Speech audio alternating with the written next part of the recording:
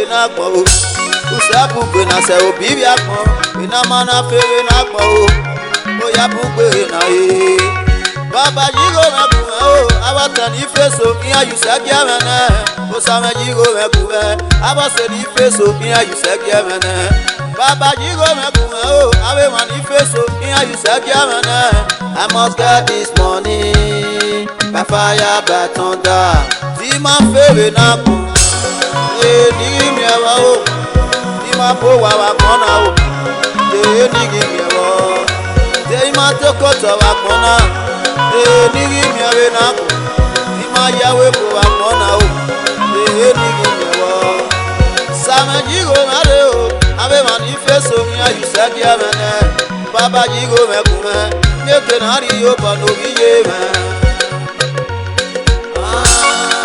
okwe nya maropa koma ya otiloma otila ema yago school direct ego popular music tawashi is really secular. I don't pay stop guy, I'm really stressed up. Money stop nonsense, you think I don't make sense? Oluwa gbe mi kuro from the shame, from the talkative, living around me, no stop. A good talk, but you royal, I am me. Oh, here you my vision, dog kagbe no, my walk kagbe ni machine. Okagbu wa no mesi wa no. Mu da dunu di beri abi no be yanyi. Salobo here dey bad. Nyewonia orowa. Erowa. Iyewo. Ijebi erowa. Mama, what did I hear here? Not to turn in no yo. Miss you, my darling. I miss you too. Ina mana fere na gbo o ya bugbe na baba jigo me ku abata ni feso iya yusagi amana o sama jigo me ku abase ni feso iya yusagi amana baba jigo me ku awe mani feso iya yusagi amana I must get this money by fire by thunder ti ma fere na ku ni mi awa o ti ma po wa kona o boss emere alpha I don't see how for yourself. I don't see. I didn't feel you. Bad guy. But when they do like that, use your left eye, sure. Bad guy. How you enjoy your new word? Tell me how you. Cancel cover your. Me. Hey, I know me go. Man, no. I've ever done. You be anything. Use money. Excess money. Of well, besides the boss. Confirm. Too much money. Excess money. Money is sweet. You got to know where you go to.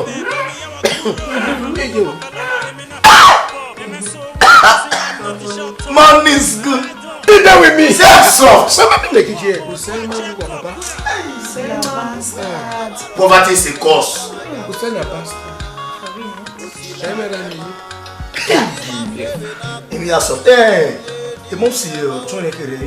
Okay, when I do I name away, you may water me, where go 11 matu me. Maderona, any be in there, Benin was sorry, no, very well. Come on, Yaro. Am I fit? I be a manager, I be finna be a manager. You go back the papa. I'll take a sadu, baby, I worry. Oh, ya buse.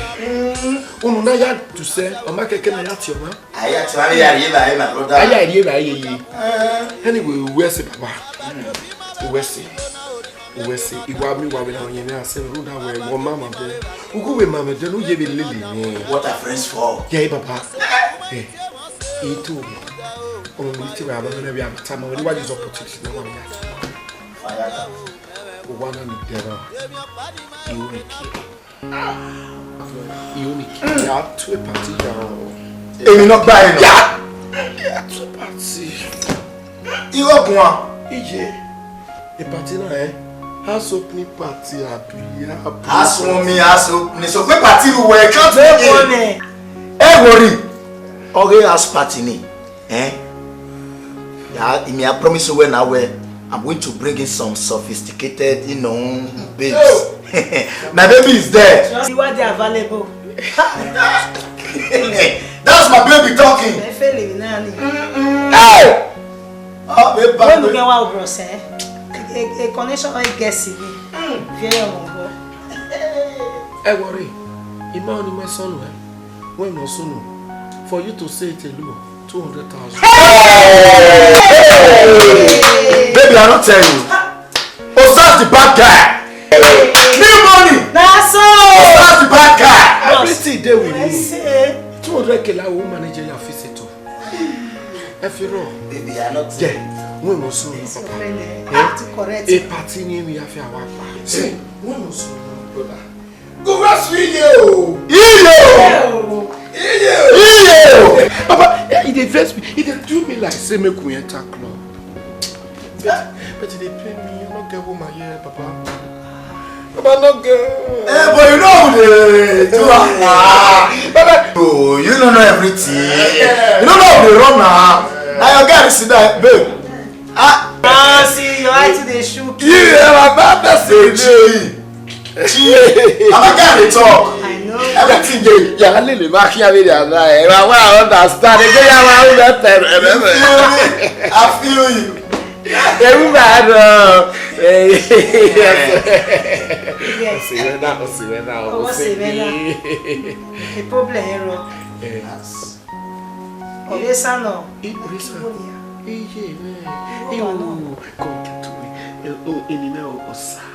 But working out dressing where she are very Hey, now so one of Benin. Of Benin. My name is Joy. go. Where am I joy? Who am I go? Yes, so. Hey, yabo. Hey, yabo. Hey, yabo. Yeah. Any problem now? Any problem? My,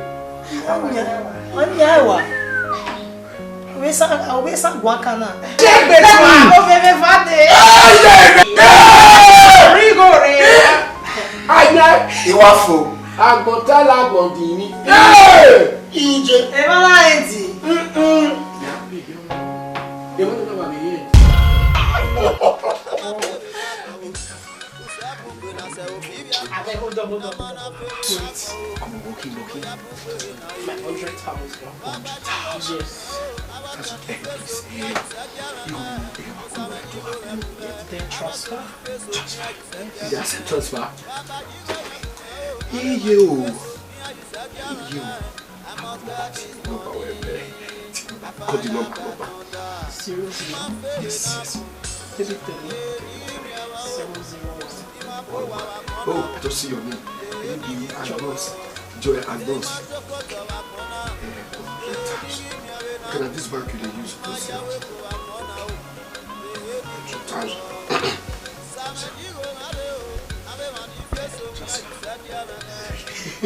Listen there. That's good. Yeah, that's it. Go. Come on, baby. Sure, you know, boy.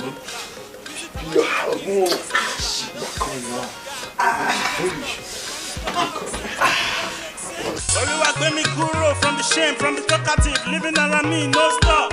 Ogun tó gbé irú ayọ̀ láyé mi, bàbá mo bẹ̀bẹ̀ bá mi yẹ wọn kúrò. Mo fẹ́ lówó, mo fẹ́ lọ́lá, èmi ló fẹ́.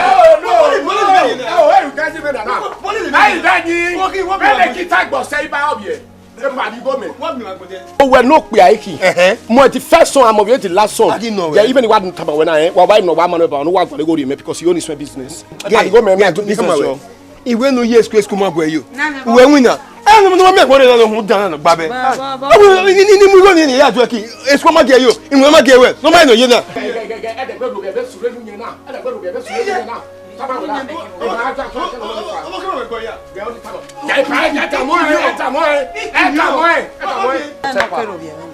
Give me the water my way. Get a runyo or not a wabo come if not come on coming. Why the piece of water one go to go in me? Where you are? Where you are? A moody me yak. How? Walk away. Walk away. It's when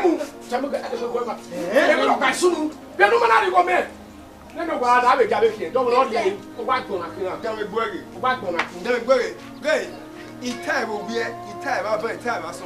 Who got Galibonas, you wanna a so my you do it. So by you can tell me when they look by soon. I'm a Galiboy for my share. Like husband, like wife.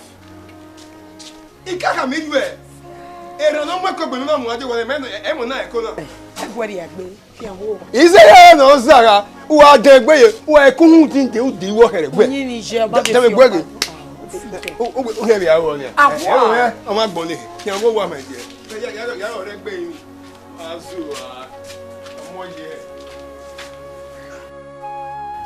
Hey, wagele jere usara dena kwa o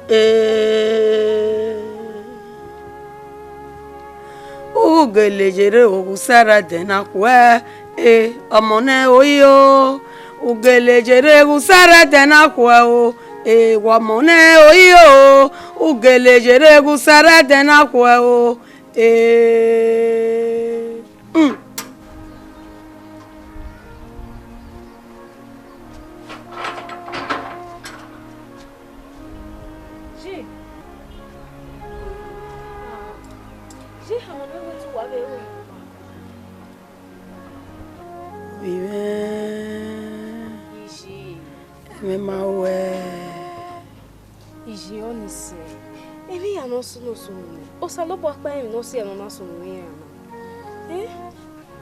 I will not want to say boy I will talk. Degi yo kagbe no mana wo. No giri mala wa bi. O sa we say go kagbe ro no yo boni ma. Iji oni se. Sami me go sasila o ga wo ni o ta sele de la. Nda bi la ra ko le. O wa me dok pa beri o. O we ne ra do gbe go ni eni ya so eki. Era na we. Wo na we ni na mi go. We jaje school or we enjoy. We winner or we out. Or we don't man we go near Yaswaki or we ain't here. It might go one hour out, okay? Or you do kill your woman. He tell you a monologue is a came. It's a dory jabba, Bevoa. Or say, gave you, eh? Gave you.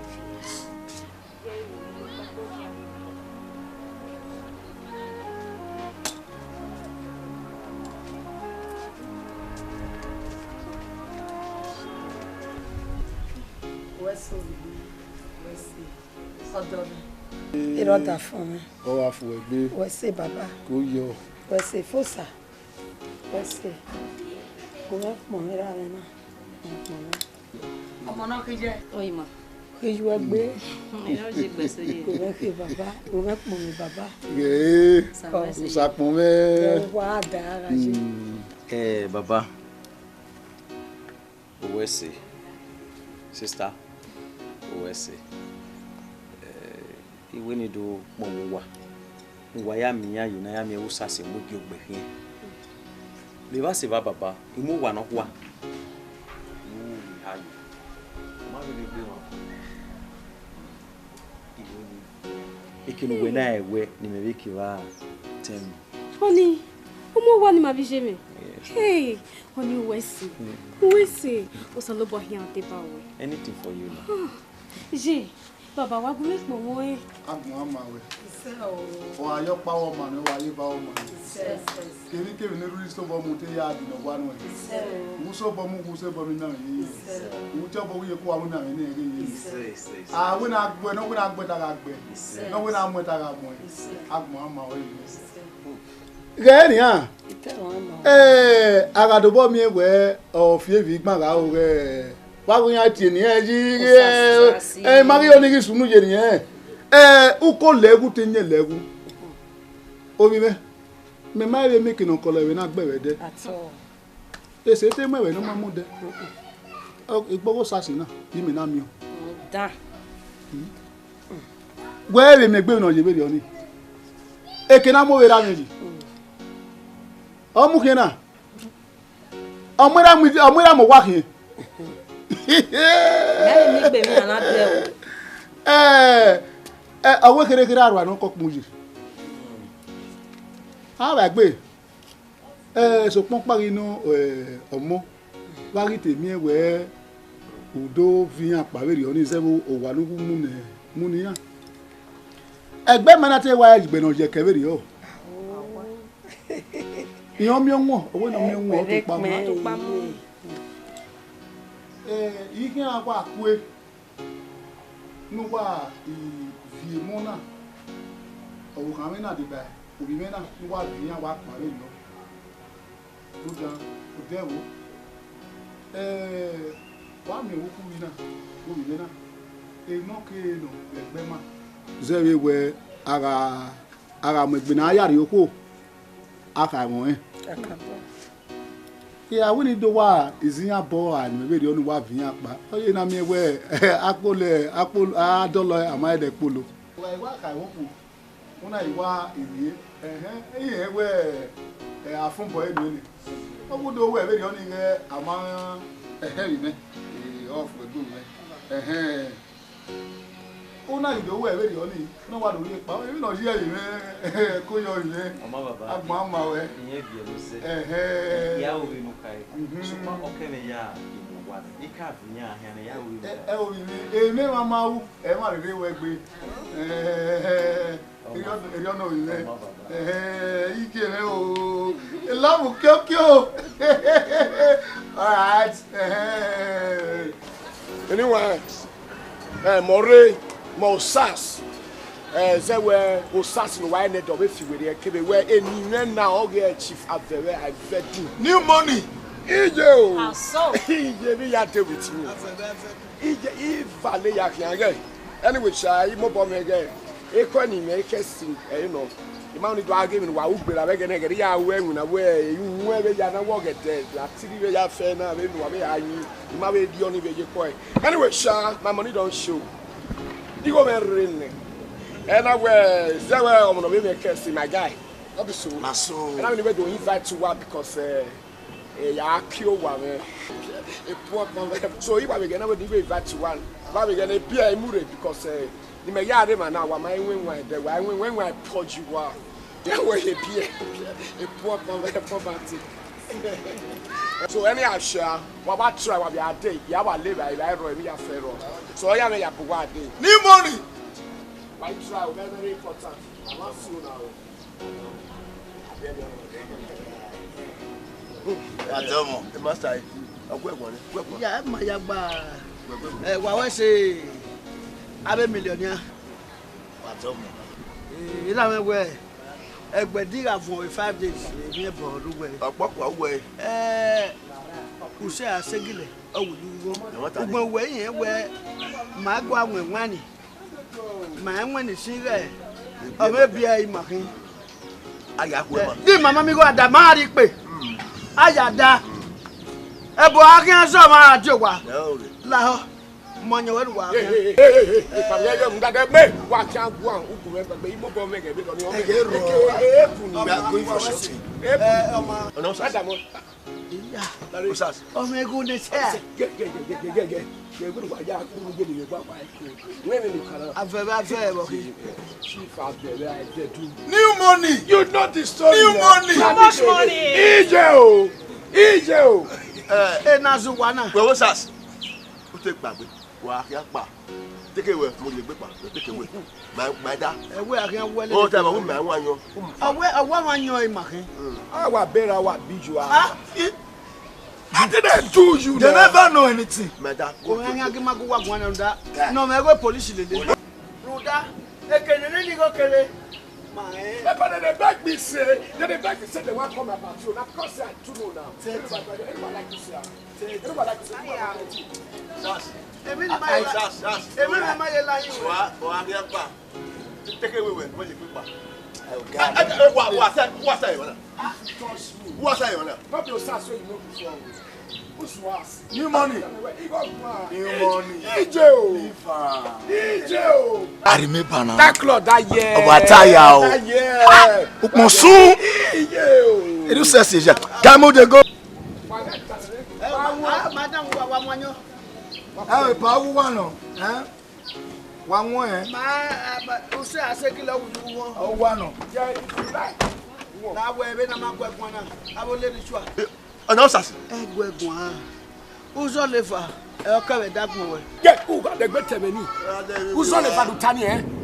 Whoa. Where dey go where wa? Owu pe na. Domonyo. My grandpapa go hunt you. Oh, let me o wa gbon. Se we gbon don gba be. Agi do bi o se segun yan. Ogun ya. Ibi e ka te agun ere na. Emi no we gbere wi moto. Ele de ko gere. Anonsas me. E so ni e. Ori asene. E na ri asene asen so de na. Ko ba na wa gbe po wa. Gian ko gian. Ba mi eto gbe wa ko. Ogboloke ni ani aya kine ni. Okay, okay. Where father go hunt you? Father go hunt you. Man, where father go hunt you? Where father go hunt you? What one? What name?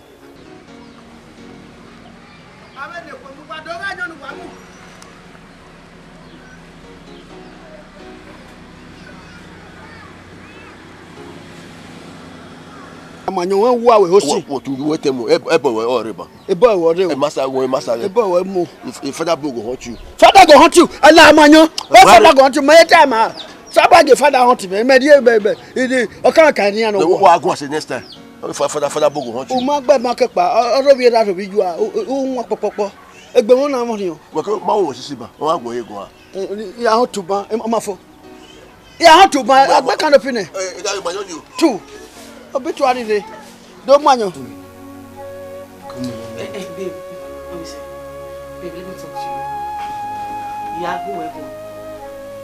Okay. Yeah. Or two way, we know you have behave with one. We know you have come or call with one. Or I continue with another.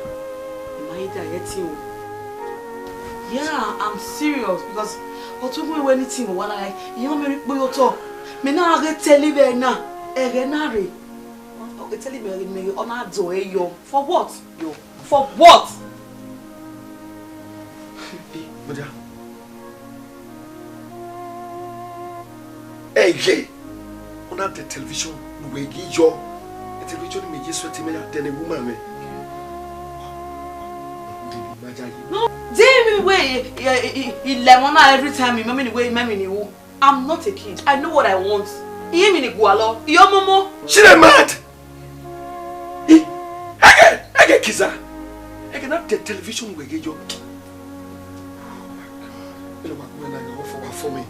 Because when you happy, if you maybe way or Zoe here, or maybe way as in imagine you or so. Where go?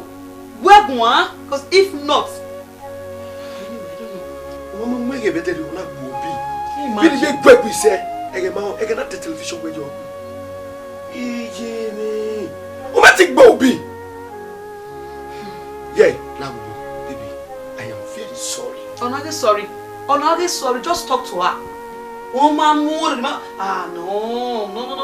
Oh, to Agbena. Yeah, oh, not they telling me you make tell him. Oh, not they tell you. You know can't do again. Okay. We no judge. Kid one no me. If you know, ugu e kwa na na. Ibi ba no. Ya am ni ba na me no e kwa. We see ai. O mama mwaje. We're going to talk to her. We're going. It's okay.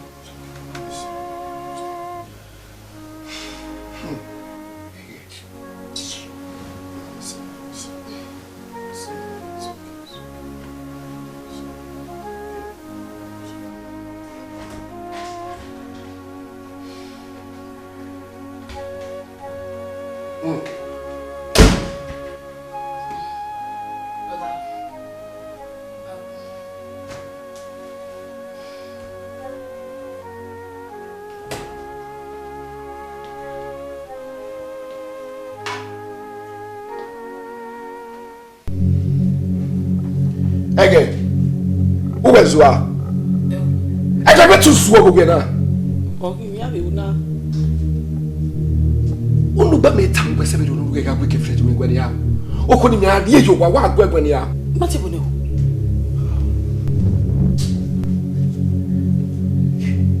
Tell you no na. Itama we say you we oku na no we gwani ya. Be to marry him. E gbe fo ya no bi o. Uwe be tell you. Na bubi una gbe ya o. Na the second time we have we television wa ri una ofe. Television wonya. Umoni ngoni ya television. Aga na wonya. Aga na ngwe no be na bia tege eleda channel. Wonya. Ya ma we no gi ma. Ume wa usuo. Tu ko usuo. Yeah, gba de gbe down. You want money? Usuo. Mad. Yeah. U ga de gbe down mi nu down na ye. U ga de gbe down mi nu down na. Wa bi juo do kwese ju wife ala. Una the great time. This is the second of wow. We no care. Hey, you are your mother. You will leave this house. You will be a woman. Do you hear me?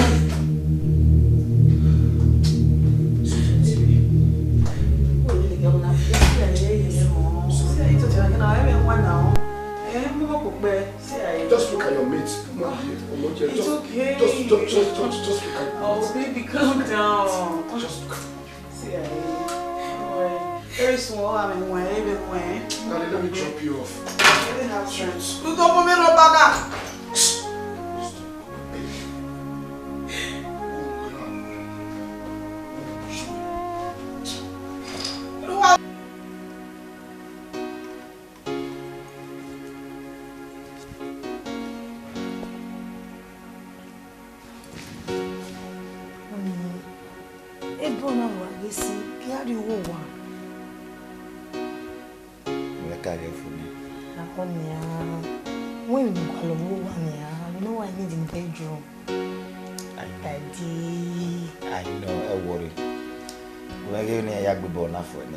You just go out and drink, you know?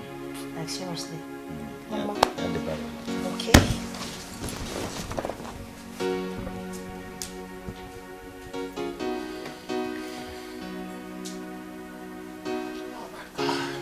Baby, you're sweet.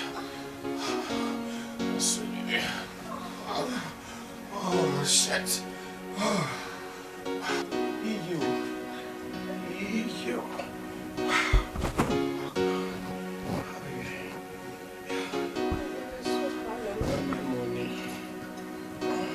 Everything there with me. Oh.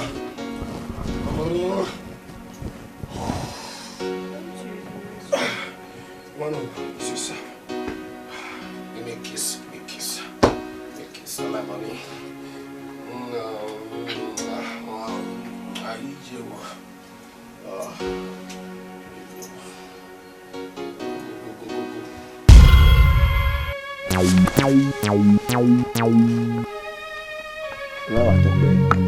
Uwe seri owe otunuje enobieke ohu no mobome leva seva una nobieke obuha bino na mobome baba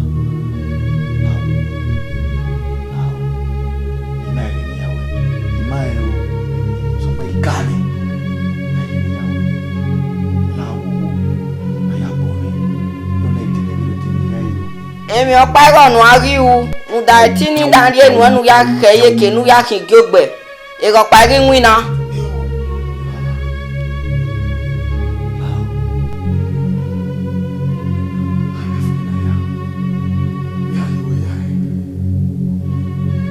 Imoto wali boni na ibofu o ka me mai bi eme e hin we na ya iwasi na ya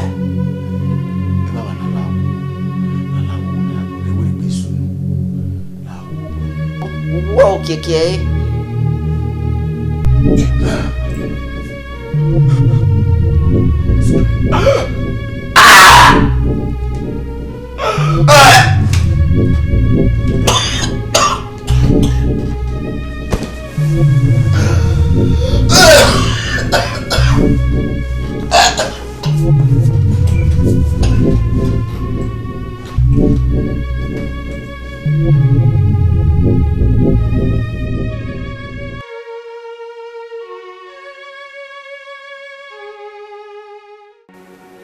I had to.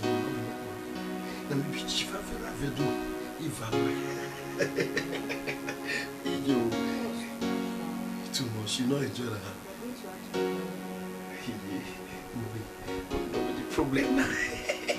I'll get money, nobody knows what I will do. I will put 20,000 on top. Kiss me. Yo.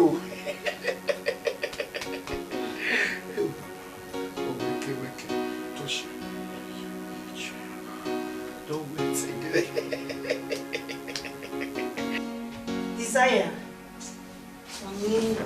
Makama ndolo ebo ba odo abie nwa gan. Ebo na ogwa agesi. Baby. Eji na wa mi na kwani.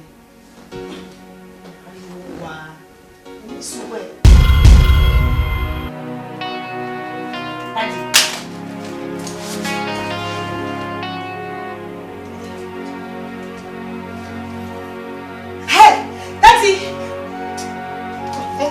Ikuna ima like o. Won joke be. If you want you o ya joke. La imani do ya na sona. Oni say me like it of play now.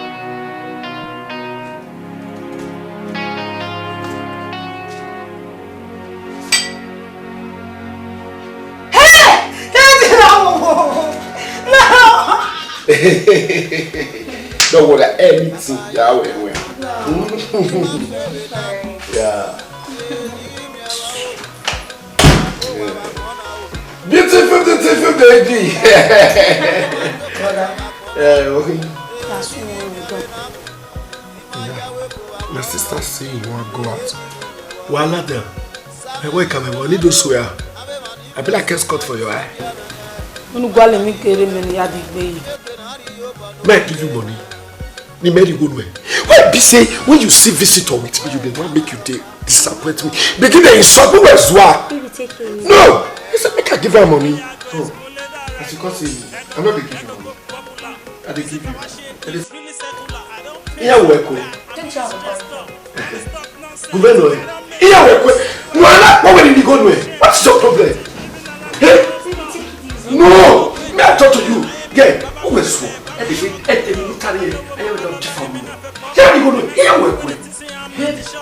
that was how we meeting. I didn't go on while I was on.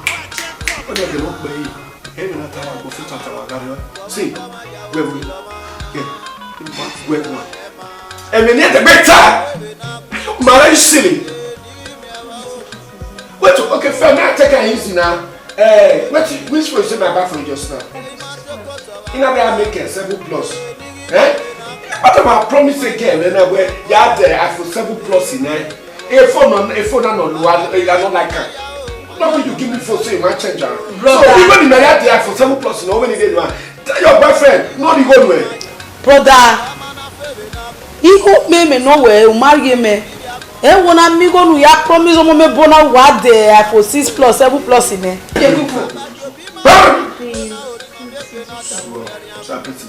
Anya ya mume na ba mi am de ki kwa de. Umani yo.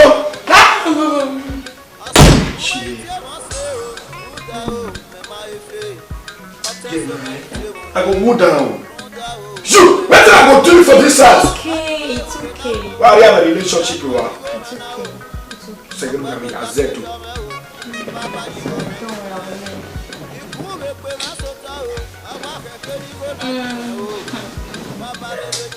Give me.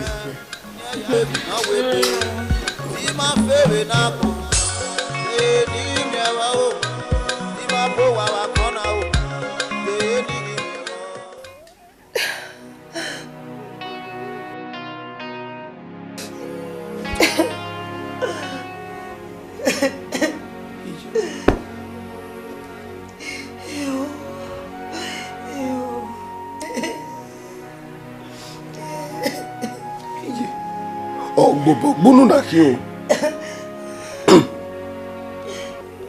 Hiya, why we here is you kwai? Echusa me wa me no deba.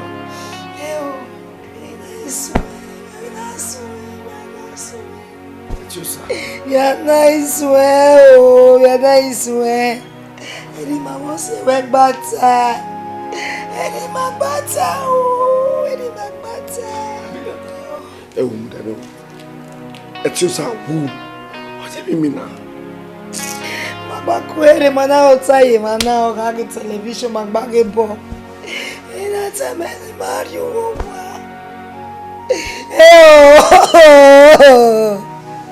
Ola meni akia mi abu mi ade. Isuwo we mari mi o. Ina bi de ni do gwa lo ni ta mewe. No de. Ige mo lo be gbagba wa gara. O sa sire ya sunu. O se we pase ni ai. O pase ni ai. Wo we ni wa do wa lawa. Egudi, okay, baby. Etiosa wa radio. Just like that. Just like that. Away my town.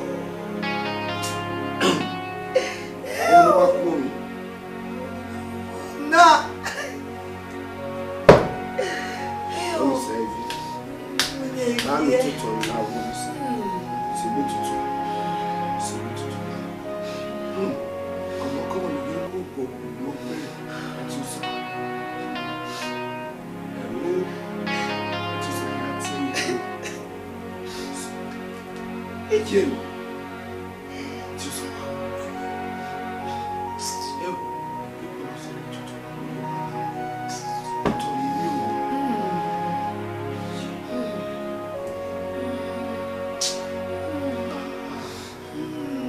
This. Let me say something. You are living this house. Like seriously. Osas is my man. I'm telling you. Don't worry. We'll What soon do know. you do? Whose man is it? Don't worry. We'll soon know. Really? My man.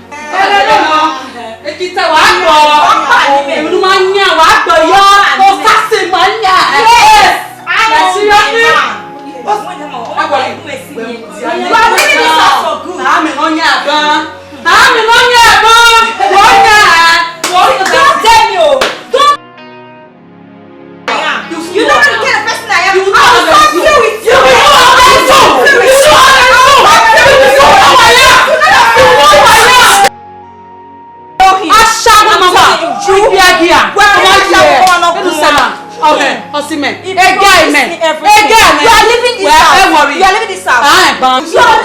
You will soon know. You will see. You are a whore.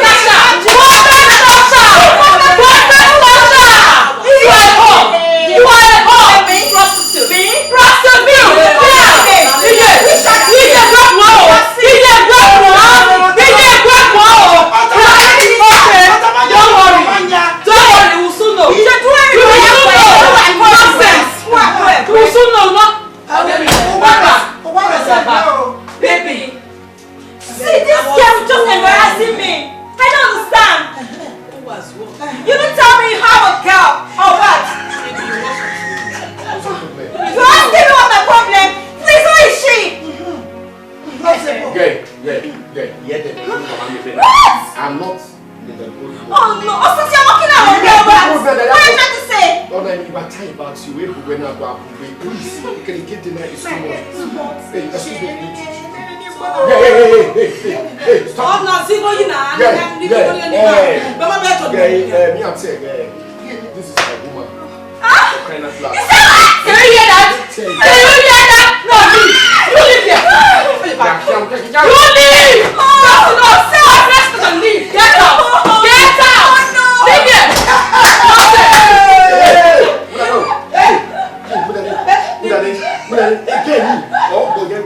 Can you imagine? Can you imagine? I'm sorry. No, this is too much of a This is my mother that brought that woman.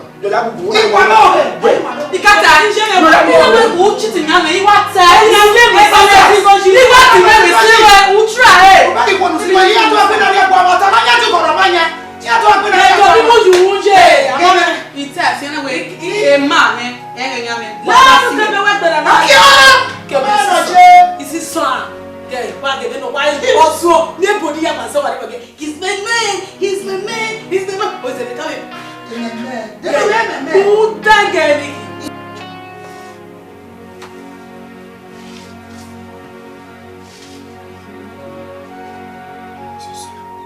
Etiosa. Etion ça. Mais abé on abé non. Ni he noro. What's the matter? How come? Oga mommy abi I don't get it. What's surprise? Irowa. Ele do me am about some way over here my Jesus Christ. It's just so. It's not true. It's just so. So.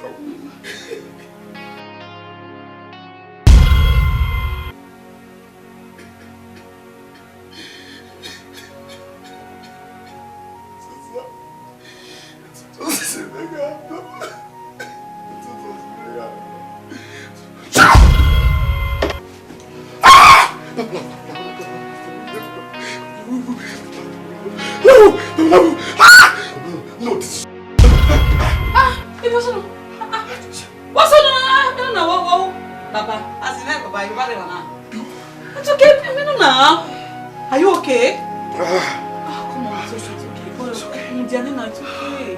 It goes will not go well. Oh, it's okay. Calm down. It's okay.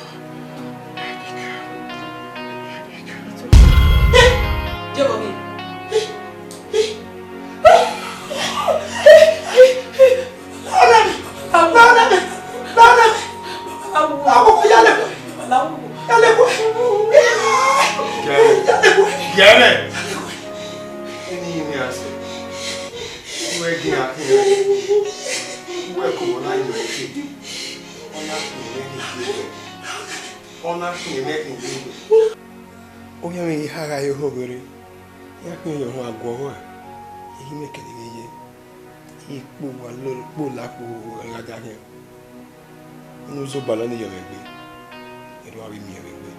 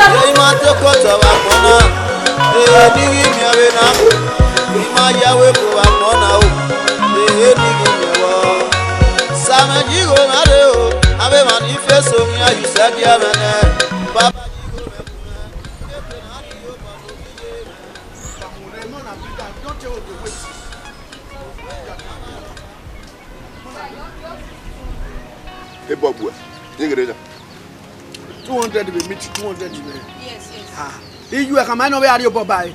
The price don't cost though. What cost it? Ya ba mere water aboyebo. How many water na want? E body of you na yakre. Be 30 water. If I say your feed drink.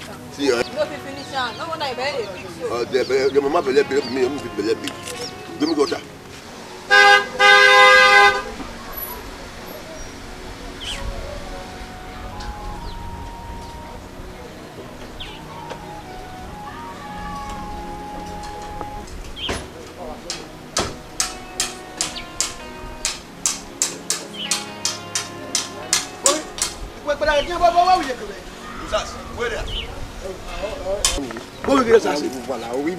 Master, you know when I look.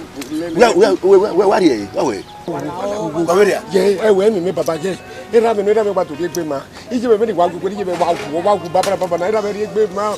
Oh, we took Betty. Oh, we make an actual moment. I have a bed. And up the way where Master and where Master my master, what did you my way? No, I want to do 100. I will not body with a cow, not your card.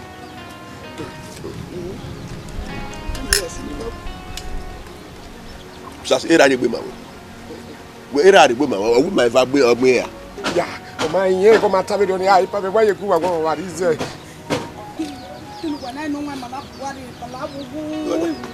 Ninadi by Managu, I'm going to Malaka. Water! Lawo wo no gbe. Awe do gbe. Wa ka wa be de. Lawo wo na sala. What did you come from? Era. Wo gbe ne ga wu ne ga ibere. Una ya mu ekie. Na mu egbe mu dikie. Ya hie. O se ne de gbe ba we. O gbe gbe we. Oya. Amira bedu. Chief, amira bedu. Ah, pe ba ka gbo. Ma we gbe lu e le. Wo ki ewu na. We. O iju ewu na. We. Ma ya ja.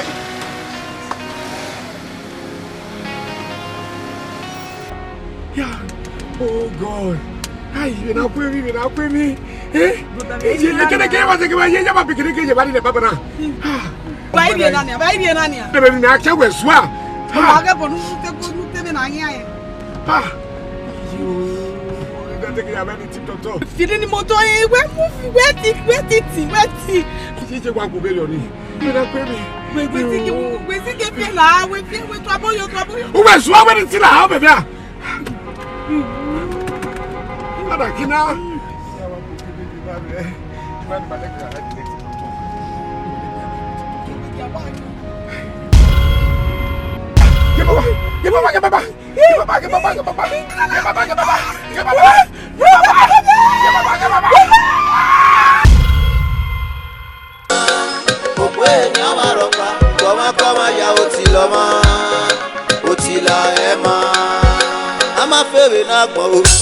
Usabugbe na se obibi akpon ina mana fere na akpon o ya bugbe na e baba jigo na ku o abata ni feso kiya you se giamene o sama jigo me ku e abase ni feso kiya you se giamene baba jigo me ku o abe man ni feso kiya you se giamene I must get this money by fire by thunder